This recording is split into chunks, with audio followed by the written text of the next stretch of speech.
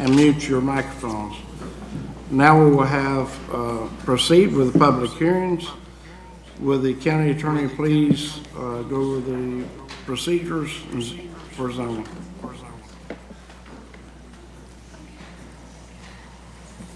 That came up quick. There are two rezoning agendas, regular and consent. Staff will present each application to the Board of County Commissioners. If the staff or planning commission has recommended approval and if there is no opposition, the application will be considered by the board without further presentation. If staff or planning commission has recommended denial, or if there is opposition to the application, the applicant will be given 5 minutes for presentation. The opposition will be given 3 minutes for each individual or 5 minutes for a group representative, and the applicant will be given 3 minutes for rebuttal. Any individual disagreeing with staff or planning commission recommendation, or anyone wishing to object to any condition of the rezoning, may at this time request the petition be pulled from the consent agenda, in which case that application will be heard under the regular agenda later on during the meeting. Otherwise, all rezoning applications on the consent agenda will be approved by a single motion and vote. If you wish to speak to any petition, please give your name and address and whether or not you've been sworn for the record. These are quasi-judicial public hearings. The law in Florida is that mere public support or opposition of an application is insufficient for this board to take action. Please limit your comments to those criteria for rezoning found within the board's land development code. Madam Clerk, would you like to swear the public in? Yes, if you are here to speak on the matters that will be before us this afternoon, please rise and raise your right hands. Okay. Do you swear or affirm the testimony you're about to give is the truth, so help you God? Thank you. Okay. This is public hearings. The first item is P54. Item P54 was published in the Tampa Bay Times on March 13th, 2024. Good afternoon, Commissioners. Denise Hernandez, Planning and Economic Growth Department. Item P54 CAO 24-3501. The request is to continue the item to the May 21st, 2024 Board of County Commissioners meeting at 1:30 in Newport Richey. As I understand it, the item has not yet been signed by the Governor. Actually, he signed it this morning, according to Mr. Lair, but we can't take action on it today because it was noticed as a continuance, and we need 4 members to do that, to do this one. So, thank you, Mr. County Attorney. Okay. Move to continue time certain. Second. Got a motion and a second. All those in favor say aye. Aye. Motion passed 3-0. All right. Move P55. Item P55 was published in Tampa Bay Times on March 20th, 2024. Item P55 is PEG 24-7694. It's a zoning amendment, SR 54 in Lake Crystal MPUD Master Plan Unit Development, Interstate Homes LLC, and others. The request is to continue the item to the July 9th, 2024 Board of County Commissioners meeting at 1:30 p.m. in Dade City. Move to continue time certain. Second. Got a motion and a second. All those in favor say aye. Aye. Aye. Okay. Aye. And motion passed. Move to P56. Item P56 was published in the Tampa Bay Times on April 3rd, 2024. Item P56 is PEG 24-7720. It's a zoning amendment, Harvest Commons, VOPH, Master Plan Unit Development, Galvin, VOPH, LLC. The request is to continue the item to the June 4th, 2024 Board of County Commissioners meeting at 1:30 in Dade City. Move to continue. Second. I got a motion and a second to move continuance. All those in favor say aye. Aye. Aye. Aye. A motion passed 3-0. P57. Yes. Item P57 was published in the Tampa Bay Times on April 3rd, 2024. Item P57 is PEG 24-7772. It's a zoning amendment, Grandview MPUD, Master Plan Unit Development, Galvin, VOPH, LLC. The request is to continue the item to the June 4th, 2024 Board of County Commissioners meeting at 1:30 in Dade City. Move to continue. Time certain. Second. Got a motion and a second. All those in favor say aye. Aye. Aye. Motion passed 3-0. Move on to P58. Item P58 was published in Tampa Bay Times on April 3rd, 2024.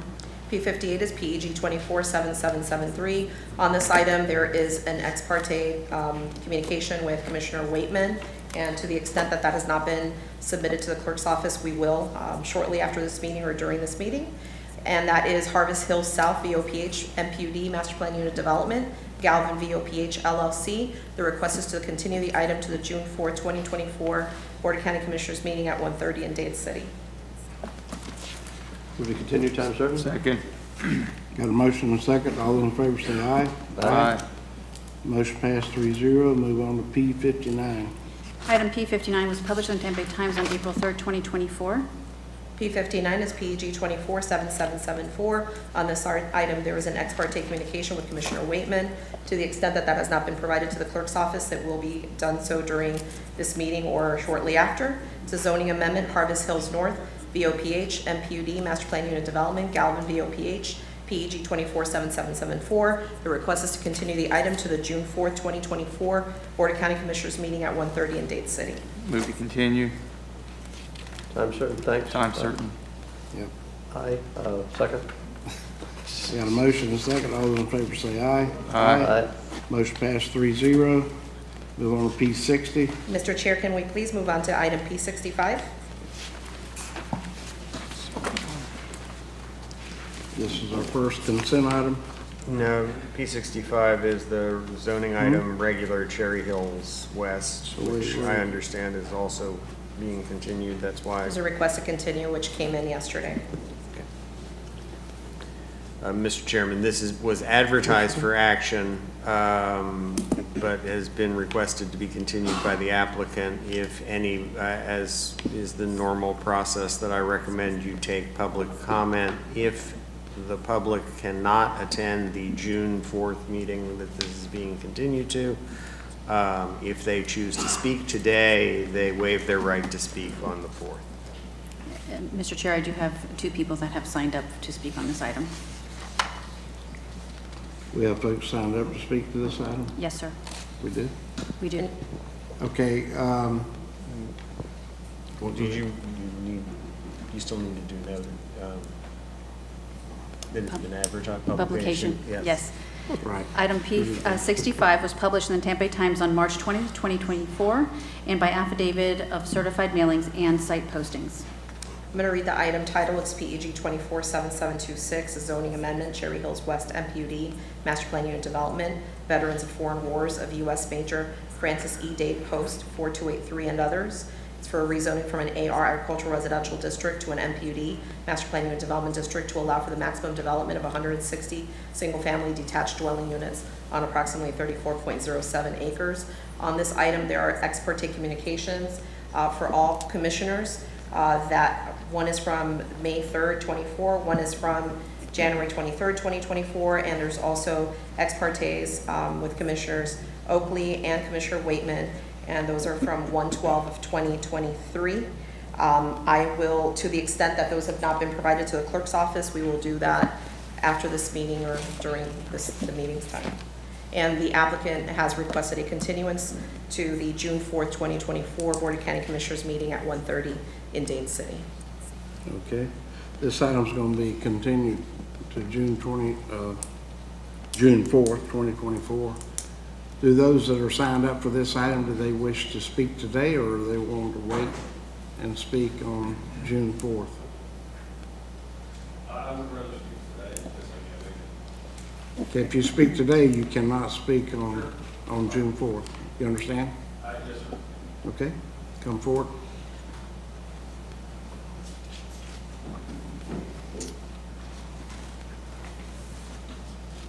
Okay. Name and address for the record, and if you've been sworn. Yes, I have been. Andrew Renner, 12701 Prosser Road, Dade City, Florida. I'm going to read this to try to get through this in my 3 minutes. My wife and my kids could not come, but imploring you as a longtime Pasco resident not to approve Cherry Hills as it's been been requested in its current density. Local leaders, Paul Renner is a family member of mine, Speaker of the House. I know many of you know Wilt Simpson. They've talked about recently protecting our Florida land, developing it responsibly. When we moved to Pasco County almost 20 years ago, we fell in love with just the beautiful hillsides. We call it Tree City, open spaces, vibrant places, everything we love about it. We purchased the land and the home. We live on Prosser Road. It was zoned AG residential. everyone around us has property. No one has huge subdivisions around us. People have horses, chickens, livestock, different things. It really, to us, is like Bedford Falls. It's like A Wonderful Life. Okay? The high density that they're proposing, which area, it doesn't fit into the area. Okay? You know, why are we just giving to what the developers want? Why are we not requesting them to be lower density? People would still come. They would still love the area like we do. But it just seems like when it's requested that is what happens. You know, so to us, and I speak for my wife, my family, my kids, other neighbors who can't come because it's in the middle of the day and many of us are working, right, is that they agree that this does not fit into the community. And for us, there's already proposal on the other side of us. So if this goes through, we're going to be surrounded on three sides by hundreds of homes. So we would ask that at least we have setbacks, we have some type of a wall, some type of protection from the noise and the development. Very similar when in Fort Kings Estate. Many of you probably know about that, right? Crime has gone up since then. We've even been personally affected by someone coming through our property to go to Fort King Estates. My wife didn't feel safe. And those are the kind of things that are happening because of that. We love Florida, specifically our area of Florida. We just ask that you would not vote as it's currently being proposed. I'm trying to stay within my 3 minutes here. I'm cutting out most of this. So please do not approve it. Or if we do approve it, please reduce the density, make them put up some kind of buffers and protection for those of us that live there. We're the people that have voted, right, to put y'all in the positions. And I feel like, you know, we need to make sure that we're being represented as well, not just future residents of this development and other developments of Pasco County. Okay. Any questions for me? I know I read that No, very fast. we don't talk back and forth. Oh, you don't? Okay. No. Okay. Thank you. Thank you. Anyone else to speak today on this item?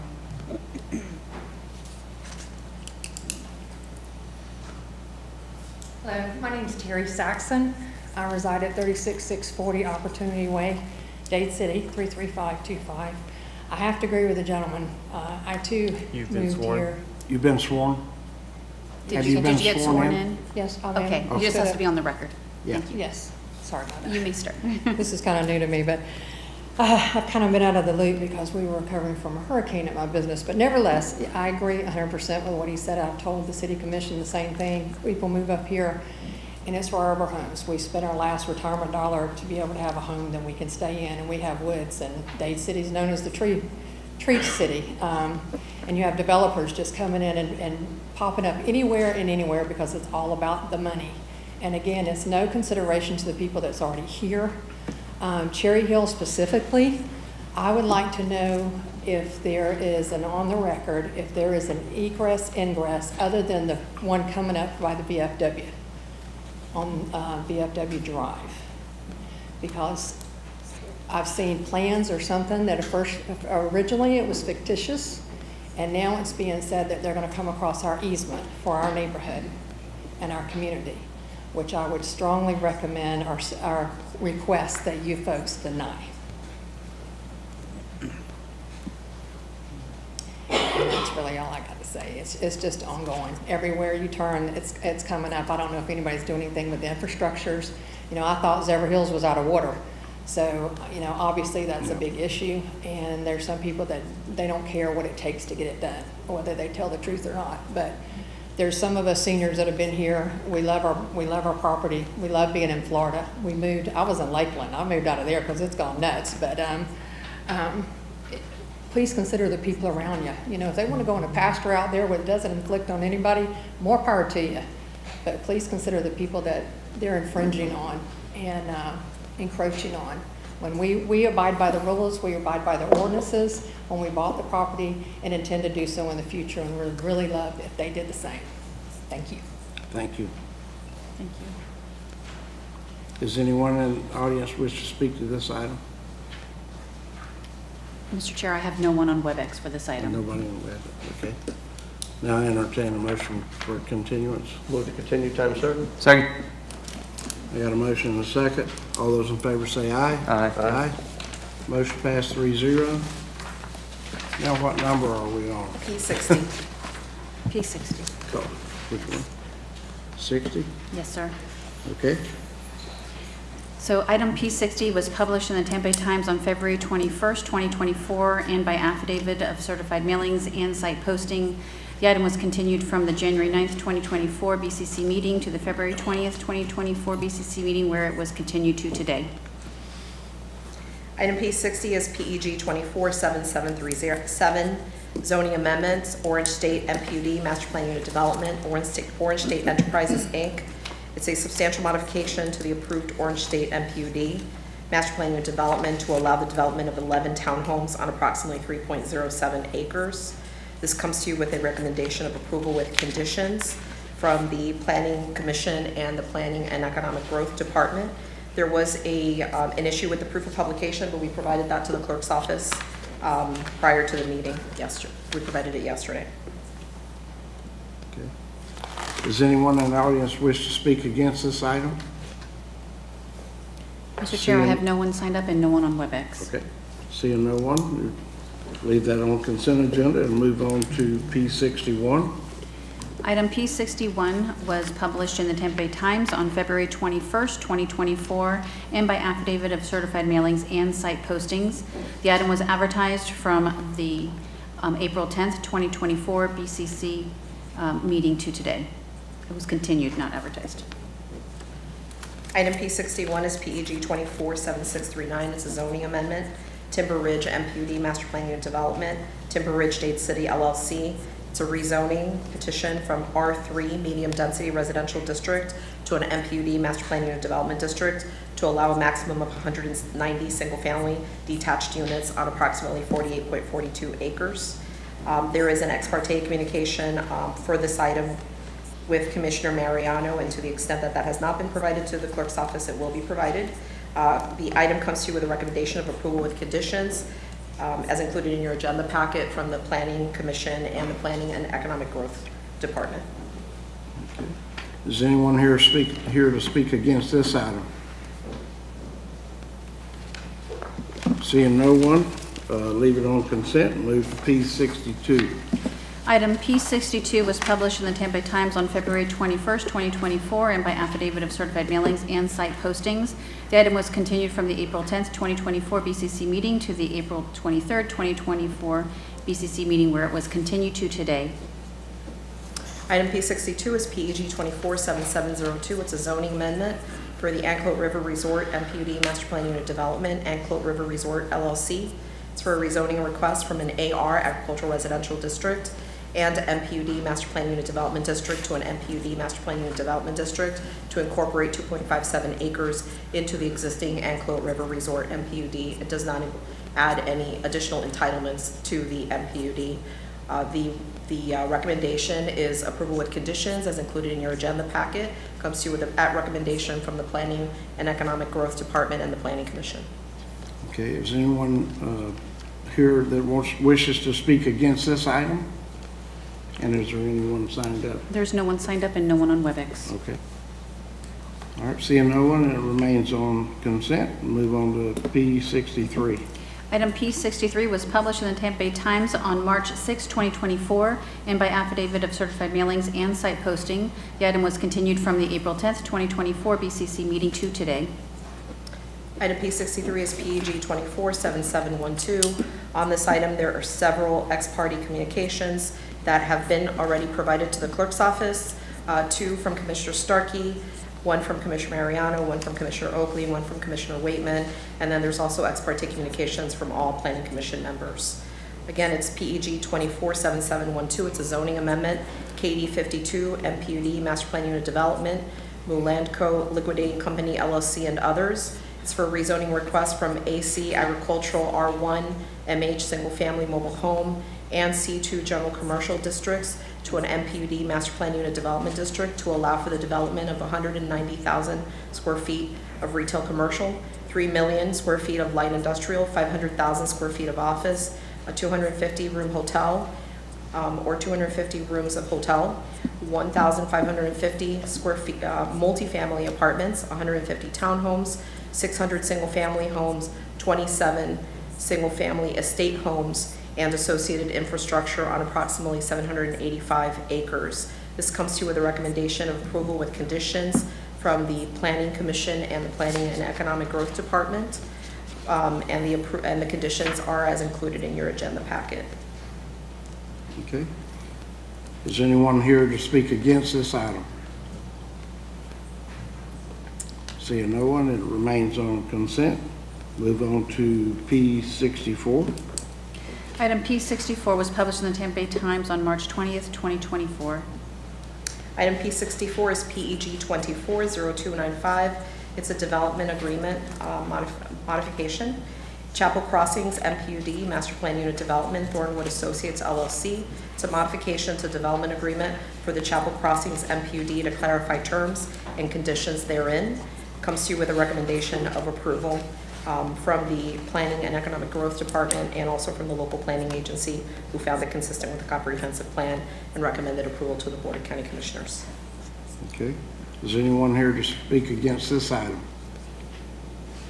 Seeing no one, may it remain on consent, and then I entertain a motion for the consent item.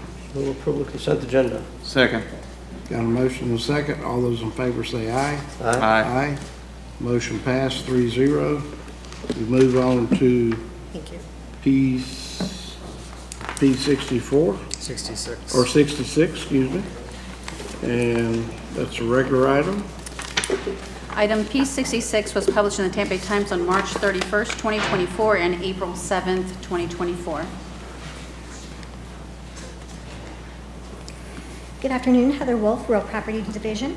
The Real Property team has received a petition to vacate a portion of platted, undeveloped, and unmaintained right-of-way along Sunset Lane as submitted by Jason and Sarah Baker.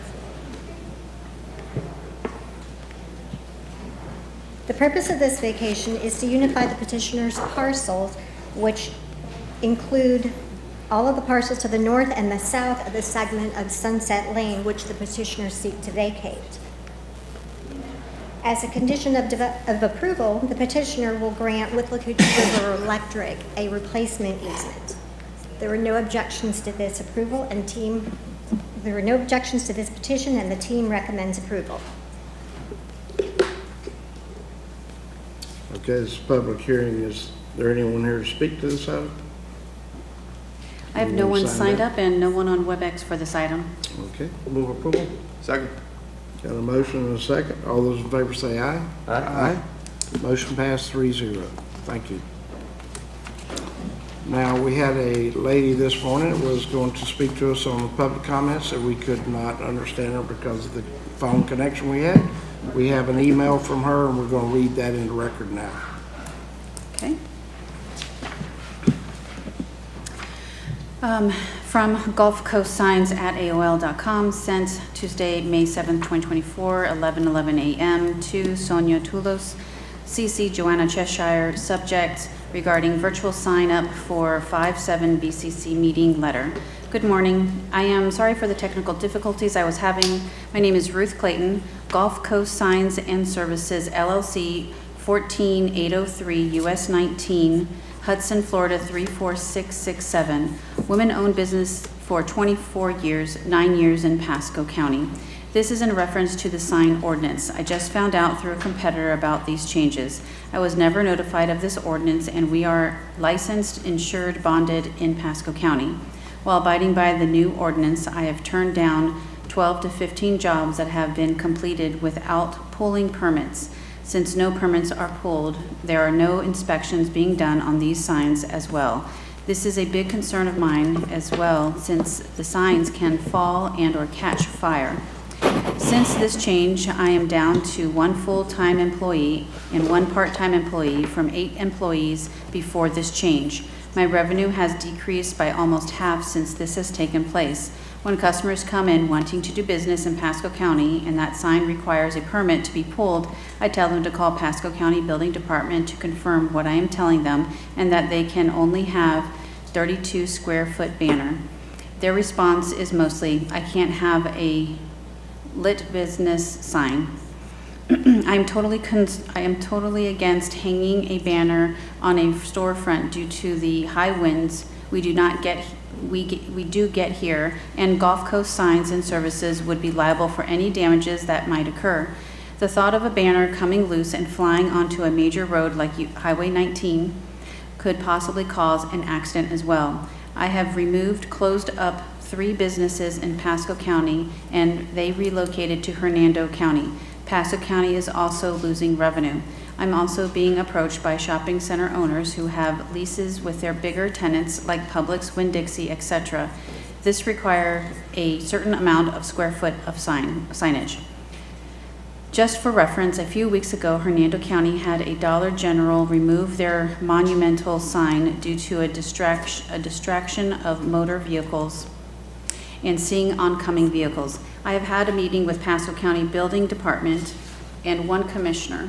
I would like, if possible, to meet all commissioners and discuss my concerns in more details. Thank you for your time. Ruth Clayton, President of Gulf Coast Signs and Services, 14808 U.S. Highway 19, Hudson, Florida 34637. Sonia, can you please confirm you received this email? Thank you for your help as well. Okay. All right, thank you. Mr. Chairman? Yes, sir. To comment, I did meet with her. I think she's got some real concerns that are good. I think it would be good if she did meet with the board members, so if you guys could do that, and then maybe we can bring it back for a board item. Okay. All right. So that's the last item we've had. Did anything come up for the benefit of all? Okay. If not, no. We're adjourned. And that's a record. What time is it? 1:58.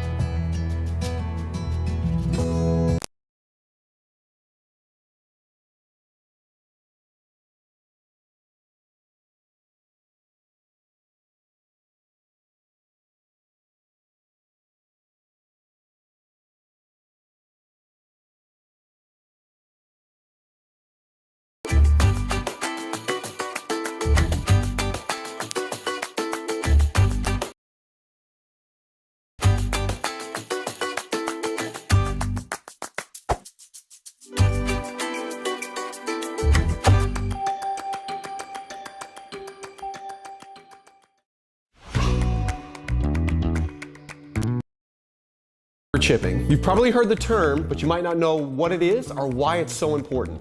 The chip has the same information as the tag on your pet's collar, but it's easily injected just under the skin. So, a quick scan of the chip and we know who they belong to. When a lost dog arrives at the shelter, a microchip implant can triple its odds of being reunited with its owner. We know how important getting lost dogs back to their owners is for our community, and we're here to help. You can schedule an appointment to visit our low-cost microchip clinic, and in just about 10 minutes, get that microchip implanted and you're good to go. Once your pet is microchipped, or if they already are, make sure to keep all of your contact information updated, like your phone number, your address, and your email address, and make sure it's updated with your veterinarian as well. Remember, one simple microchip can get your lost pet back to your home and make sure it's safe with you and your family. For more information on microchipping or microchip appointments, visit mypasco.net/PAS.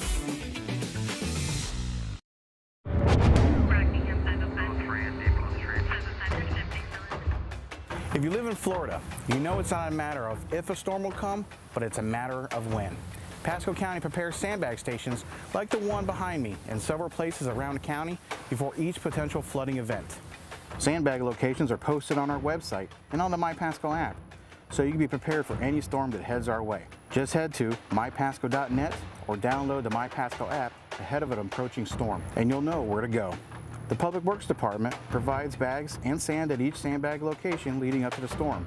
Just remember, all sandbag sites are self-service only. Now there's one really important thing you'll need to bring to the sandbag site.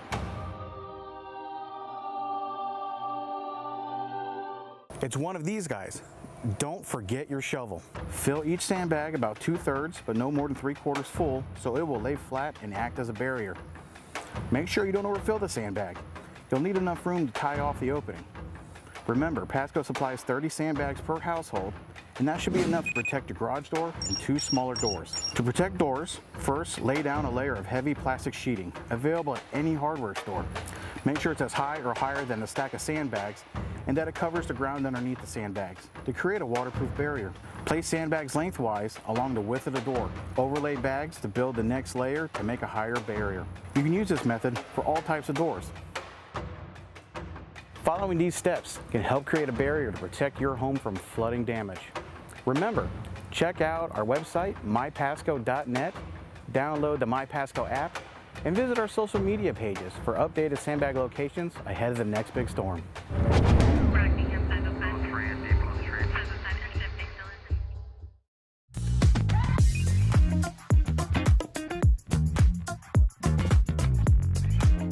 Wondering why planning is so important to the health and prosperity of Pasco County? Some of these pictures represent historical sites that have been preserved. Some represent new growth that is changing our county from the present and into the future.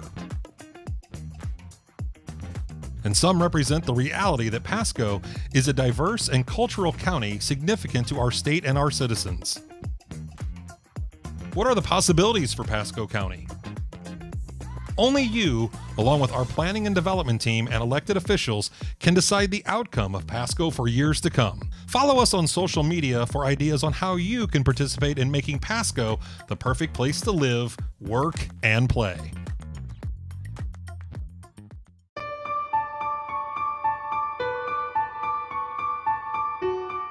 Hello everyone, my name is Davia Tarakis, and this is Carolyn Johnson, and we are from Pasco County Senior Services.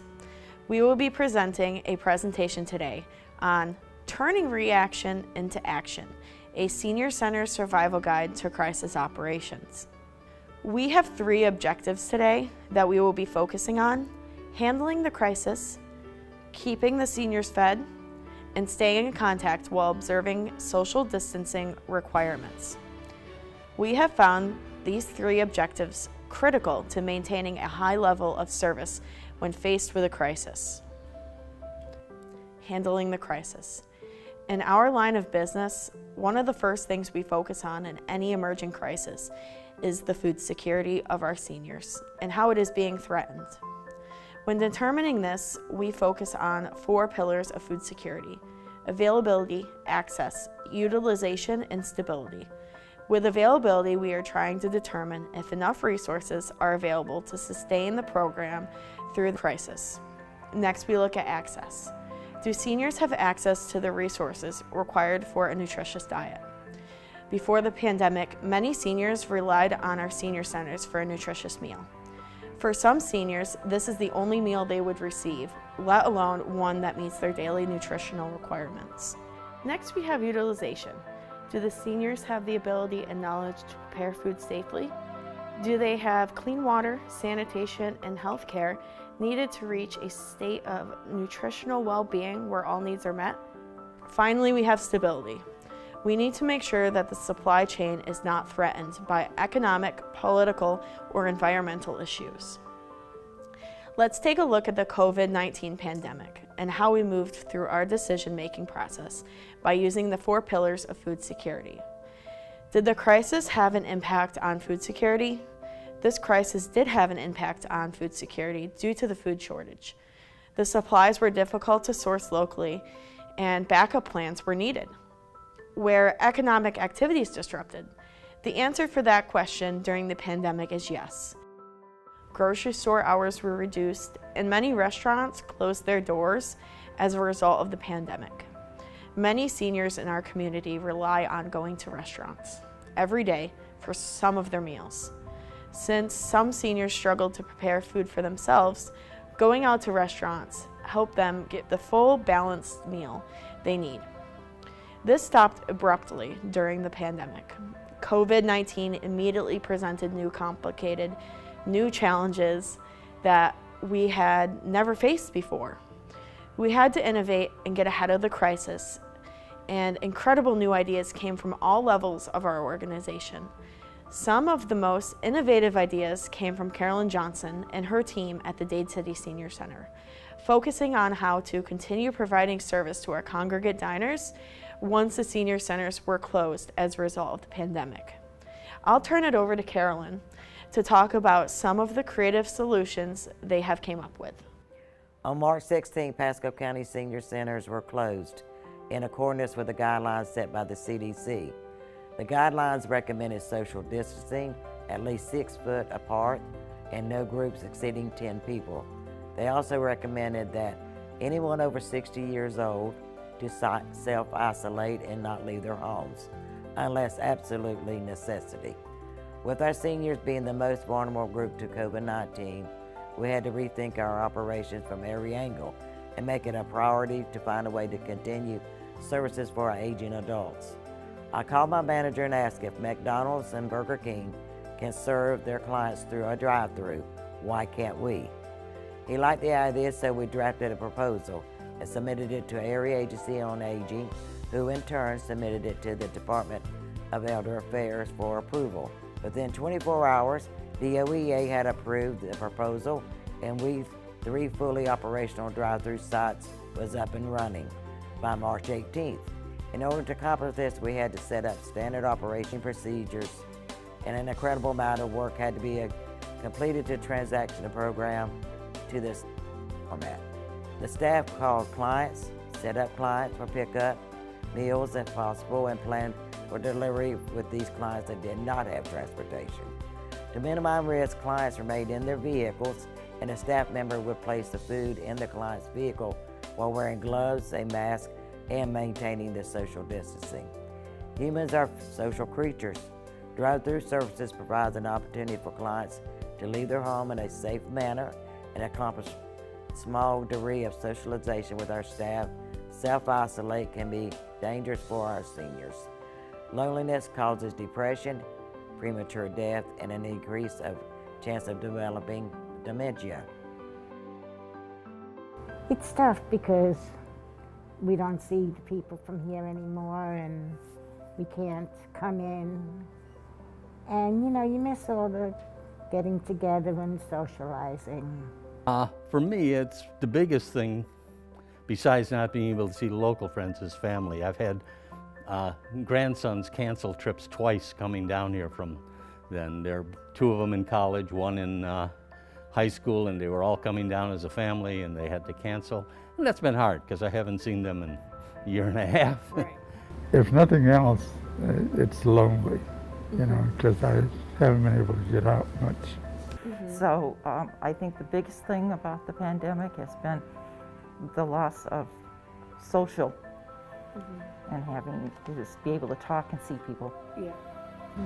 I get like $17 a month for food stamps.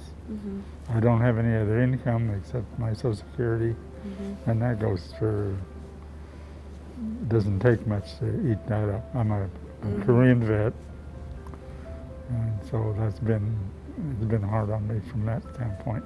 And Even though it's a bad time for all of us, the nutrition center is making sure the seniors are well taken care of, getting their meals, and giving them something to do during the day. So Appreciate the center. It's allowed me to make friends and appreciate the other people who come here, and the staff has been supportive and helpful in a lot of ways. So really enjoy it here. I like it. I love it because I see all the people here, and everybody's so nice, and they're smiling and they're waving. So it's like I'm in a parade every day. Oh, the activities here have been fun. I mean, there's different groups, and I know my wife has been getting more active and bringing up more type of activities for everybody to participate in. Games that you're giving us to do, the bingo, and it's very nice because you're not leaving us just out on the edge. We're here with you.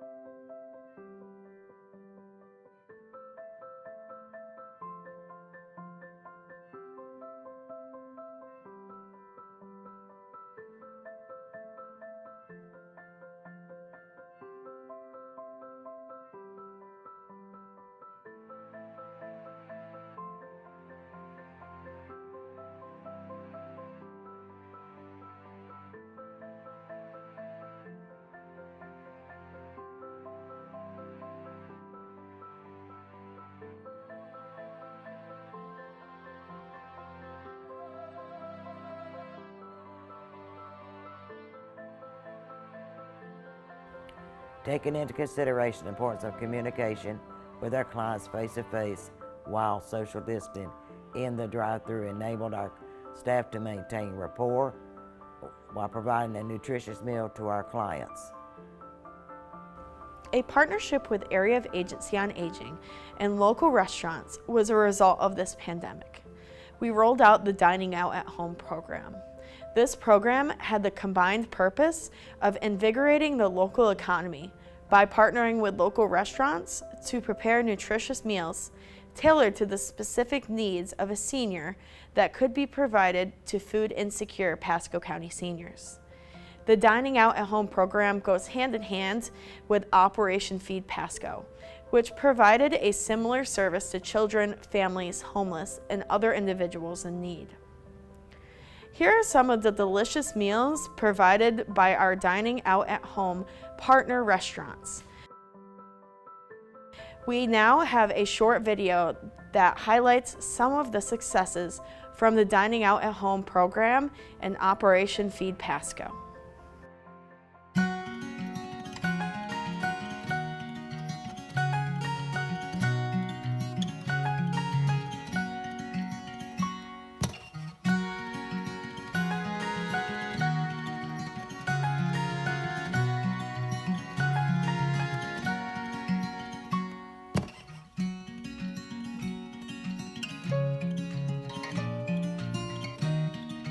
Thank you Thank you for providing meals when I couldn't go out.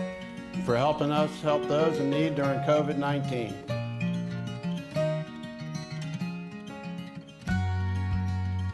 Thank you. Thank you. For keeping us in business. For keeping me working.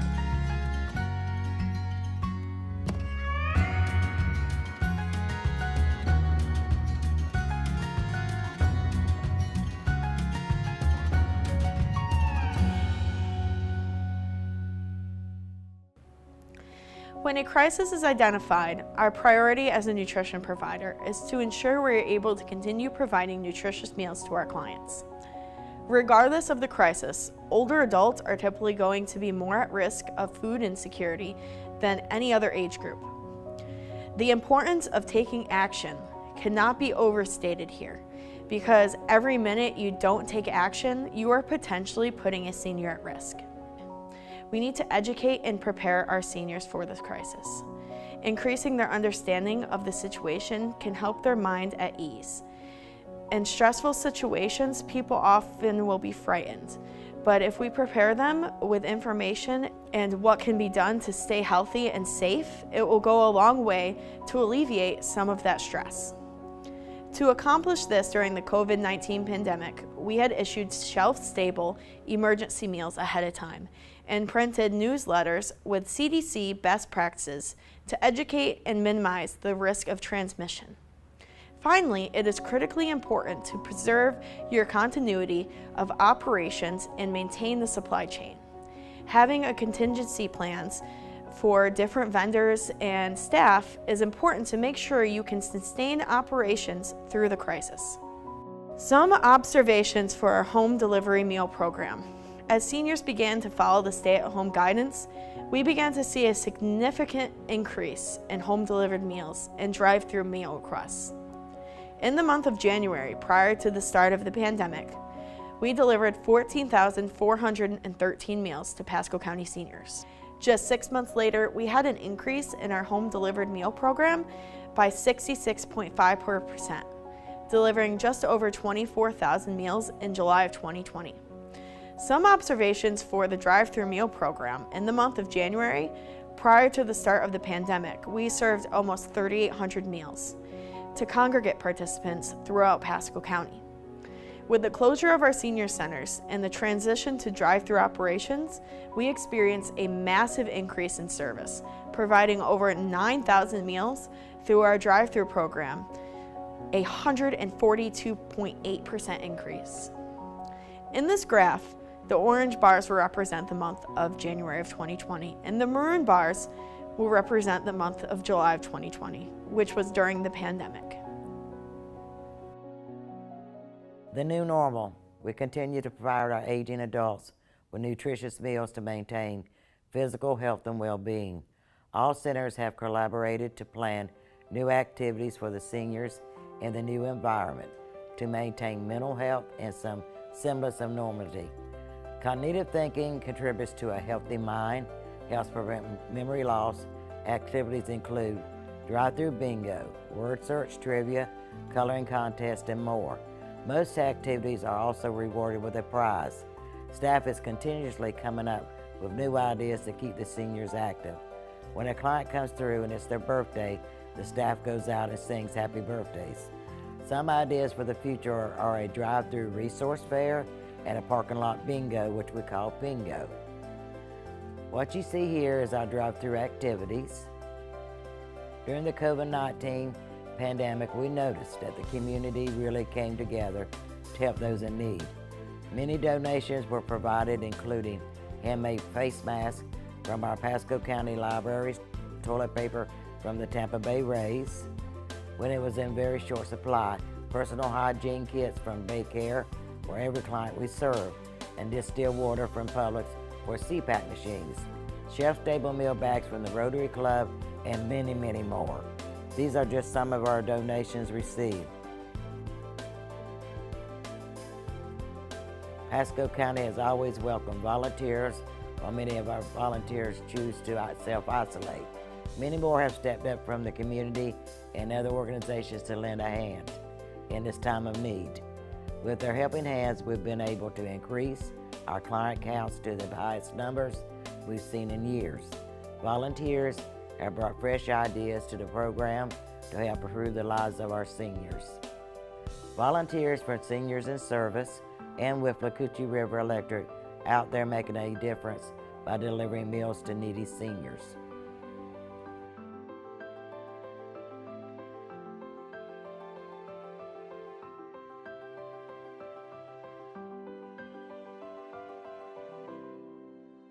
We've reached out to Becky McKenzie at the Area Agency on Aging of Pasco and Pinellas to get her perspective on providing crucial services during a pandemic.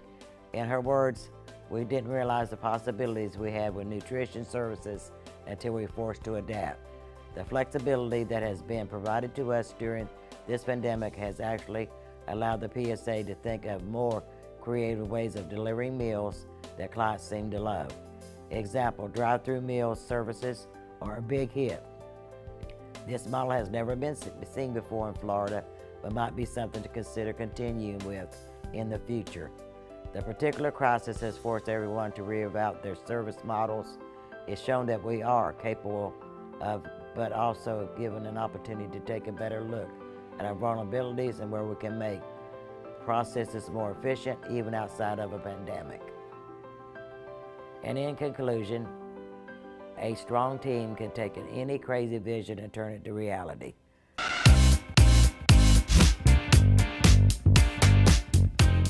Hi, I'm Ainsley with Pasco County Pavement Management.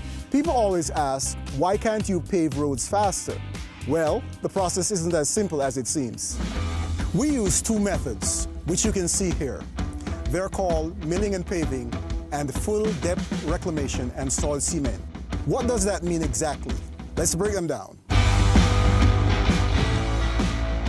90% of our paving projects are done through milling and paving, which takes about 2 weeks, depending on weather and the length of the road. We start by grinding and removing 2 to 3 inches of the road, then we sweep